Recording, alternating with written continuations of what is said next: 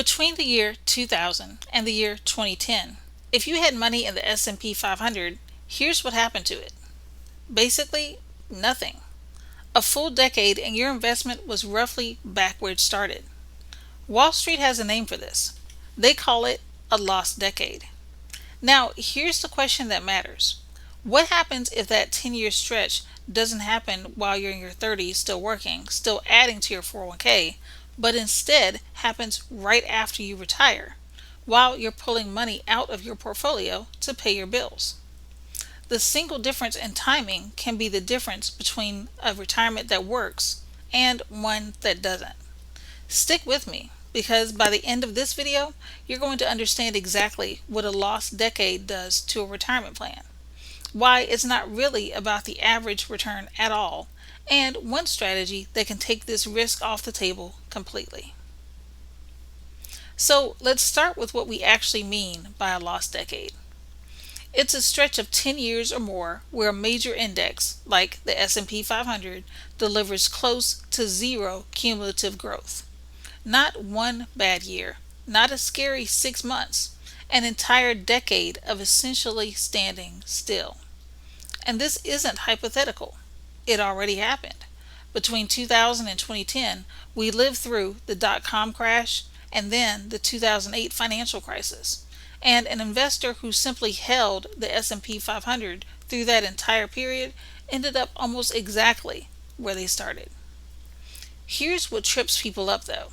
When you look at the average annual return over a period like that, it can look survivable. Not great, but not catastrophic either. The problem is that average returns hide the real story. What actually matters, especially once you're retired, isn't the average. It's the order those returns show up. And that brings us to the real concept I want you to understand today. This is called sequence of returns risk. And once you understand it, you'll never look at retirement projection the same way again. Here's the core idea. It's not just what the market returns over time. It's when those returns happen relative to when you're withdrawing money. Let me walk you through this with two hypothetical retirees. I want to be clear, these are illustrative numbers, not a projection or a promise of what will happen to any real portfolio. They're just here to make the concept click. Retiree A retires right at the start of a lost decade. Retiree B retires 10 years later and gets those same down years but later in retirement instead of at the beginning. Over the full 20 or 30 years, both retirees experience the exact same average return. Same market, same ups and downs, just shuffled into a different order. But retiree A can run out of money years, sometimes even a decade, earlier than retiree B. Same average return, wildly different outcome. Why does this happen? Because when you're retired and taking withdrawals and the market drops, you're not just losing paper value. You're selling shares to generate income while those shares are worth less. That locks in the loss. It permanently reduces the number of shares you have left to participate in the eventual recovery. Think of it like this. Imagine your portfolio is a field of a seed corn. In your working years, if a bad season comes along, you don't need to touch the seed corn. You just wait for the next year. But once you're retired and drawing income, a bad season forces you to eat into the seed corn itself. And corn you've already eaten can't grow back next season, even when the conditions improve. That's called sequence of returns risk in a nutshell. It's not about whether the market recovers. It's about what withdrawing income during down years does to your portfolio before it gets the chance to.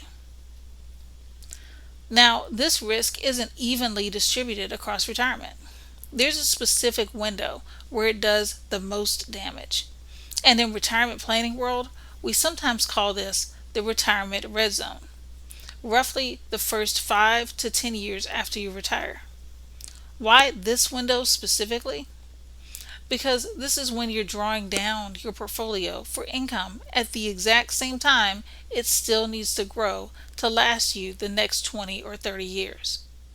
A downturn here does far more damage than the same downturn happening at, say, year 20 of retirement, when your portfolio has already had time to compound and grow. Who tends to be the most exposed to this? Generally, it's retirees who have a high percentage of their assets sitting in the market. Retirees without any other source of guaranteed income covering their essential bills, and retirees who are withdrawing a fixed percentage every year, like the well-known 4% rule, regardless of what the market is actually doing that year. Let me give you a quick example. We'll call him David. David is 62 and he's ready to retire. Most of his retirement savings are in the market, and beyond Social Security, he doesn't have any other guaranteed income covering his day-to-day expenses. If David retires right into the start of a lost decade, that red zone I just described becomes the most dangerous stretch of his entire retirement, and it's happening in year one. Here's something that surprises a lot of people. Most standard retirement projections, the kind you might get from a basic online calculator or even a simplified planning tool, use an average annual return assumption, say 7% a year, smoothed out evenly across your whole retirement. The problem is, the real world doesn't deliver returns evenly. Markets don't know they're supposed to average out nicely for your spreadsheet. And a plan that looks perfectly fine on paper, using a smooth 7% average, can fail in the real world if those bad years happen to front load right at the start of your retirement.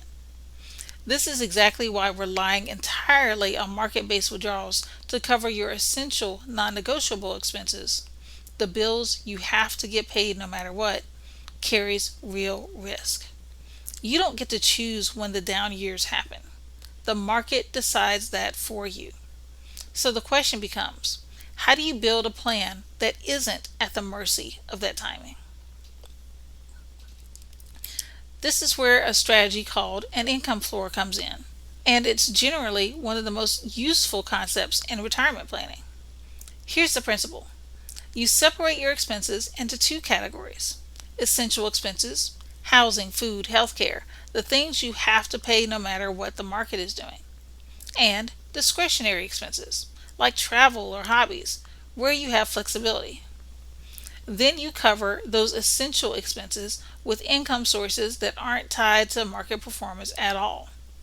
Social Security is one piece of that, and for many retirees, a fixed index annuity is another valuable piece of that income floor. Here's why. With a fixed index annuity, your principal isn't exposed to market downside. It can be structured to provide guaranteed lifetime income, regardless of whether the market is thriving or sitting through another lost decade.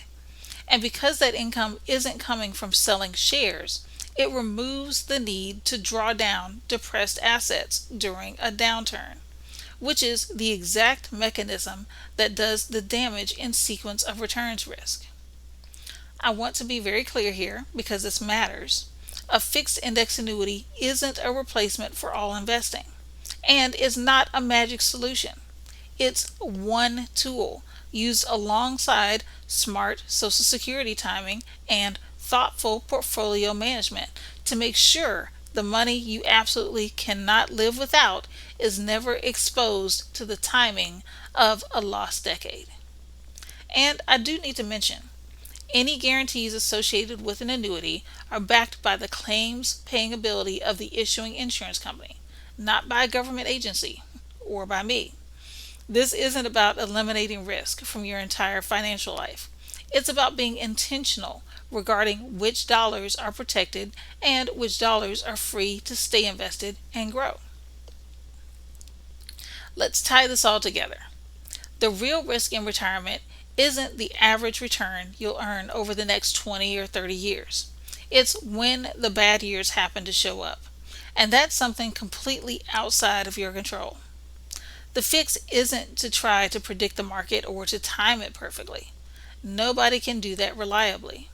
The fix is to build an income floor, so your essential expenses are covered by income that simply isn't affected by whether we're in a lost decade or not. And this doesn't mean giving up on growth. It means being deliberate. Some of your money is protected and guaranteed. The rest can stay invested with time on its side, working toward long-term growth. So, here's my question for you. If the next 10 years look like 2000 to 2010, would your current plan hold up? Or would you be exposed right in that critical red zone? If this video helped make sequence of returns risk clearer, hit subscribe. I'm covering topics just like this every week, all designed to help you retire with confidence, not guesswork. If you want to learn more, check out the free booklet called Retire Smart. It's linked on the page in the description box. This is Retirement Security Simplified, where we specialize in turning confusion into confidence, one conversation at a time.